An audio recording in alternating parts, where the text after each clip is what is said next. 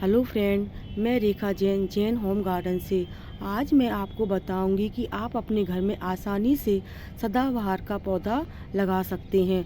जब आपके फूल खिलती हैं तो उसमें सदाबहार के पौधे में कुछ बीज निकलते हैं, तो उन बीजों को आप कलेक्ट करके रख सकते हैं। जिस तरह से ये मेरे हैं, मैं आपको दिखाने के लिए बता रही हूँ। इस तरह से जब ये सूख जाए तो आप इसको इस तरह के पॉट में मिट्टी और रेत लेकर, बजरी जिसको बोलते हैं, उसमें लेकर आप इन बीजों को लगा सकते हैं। अभी मैं लगा चुकी हूँ, अभी ये सूखे नहीं है, तो इस तरह से आप इन बीजों को इसमें ऐड कर सकते हैं। बीज ज़्यादा गहराई में बीज नहीं लगाने, आपको थोड़े ऐसे ऐसे करके आपको इसमें को बीज लगा देने हैं। बीज लगाने के बाद आपको इस तरह से पौधे तैयार मिल जाएंगे। देख रहे हैं ना आप, ये मेरे पौधे इस तरह से आपको ये पौधे तैयार मिल जाएंगे। तो पौधे तैयार हो जाने के बाद आपको इसकी मिट्टी बनानी है। मिट्टी बनाने के लिए आपको इसमें कुछ देख रेख की ज़रूरत नहीं है। आप इसमें कोई सी भी मिट्टी में बना सकते हैं। वर्मी कंपोस्ट डाल दें, किचन वेस्ट डाल दें, इसको कोई ऐसी खास मिट्टी की ज़रूरत नहीं पड़ती है। तो आप इस तरह से इसमें अपने पौधों को लगा सकते हैं। जैसे मैंने अभी लगाया है, इस तरह से आप और भी मेरे रखे हैं, तो आप इस तरह से अपने पौधों में इसको आसानी से लगा सकते हैं। सदाबहार का पौधा बहुत ही फ़ायदेमंद होता है।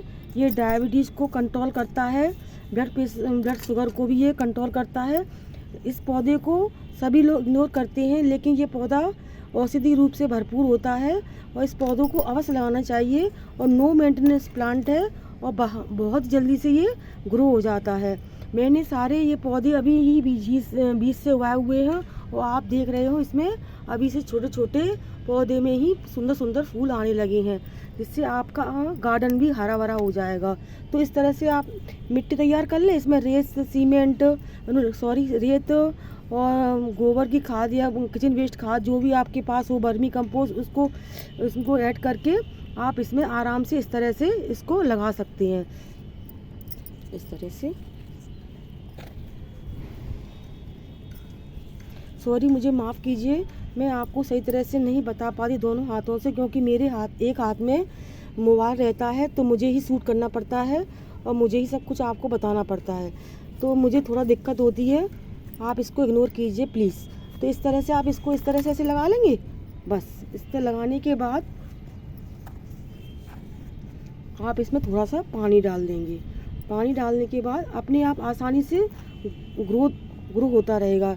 ये नो मेंटेनेंस प्लांट है, इसकी कोई ज़्यादा देखरेख करने की ज़रूरत नहीं है। तो आप अपने गार्डन में इस तरह से अपने पौधों को लगा सकते हैं। इस तरह से ये बहुत ही फ़ायदेमंद होता है।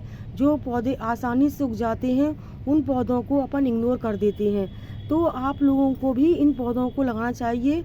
अगर आपको डायबिटीज़ है तो उनके पत्तों को आप चबाकर भी खा सकते हैं या पानी में उबाल कर भी इसका उपयोग कर सकते हैं। स्किन के रूप में यदि आपके चेहरे पर पिंपल्स वगैरह या फोड़ा फुंसी हो जाती हैं, तो इनकी पत्तियों को, इनके फूलों को पीसकर आपने चेहरे पर लगाइए, तो ये बहुत ही फ़ायदेमंद होता है। आपकी कीम वहाँ से बिल्कुल ठीक हो जाएंगे। तो आप इन पौधों को लगाइए। और जो इंग्लिश इनका आते हैं, उनमें तो क्या है, वो तो जल्दी ख़राब हो जाते हैं। ये नो मेंटेनेंस प्लांट हैं, ये आराम से अपने गार्डन में ग्रो करते रहते हैं। इनकी अपन को ज़्यादा देख रेख भी नहीं करनी पड़ती है। तो आपको मेरा ये चैनल अच्छा लगा हो तो प्लीज़ मेरे चैनल को लाइक सब्सक्राइब कीजिए। सब्सक्राइब करने से आपका कुछ नहीं जाता, लेकिन मुझे अपना काम करने की प्रेरणा मिलती है। जब आप लोग सब्सक्राइब नहीं करते तो मुझे लगता है मुझे ये यूट्यूब चैनल नहीं बनाना चाहिए। फिर भी मैं अभी कोशिश कर रही हूँ। जब तक मेरी कोशिश जारी है तब तक तो मैं कर ही रही हूँ। तो आप सभी को मेरा ढेर सारा प्यार, जय जिनेंद्र, और प्लीज़ मुझे सब्सक्राइब कीजिए। Thank you very much.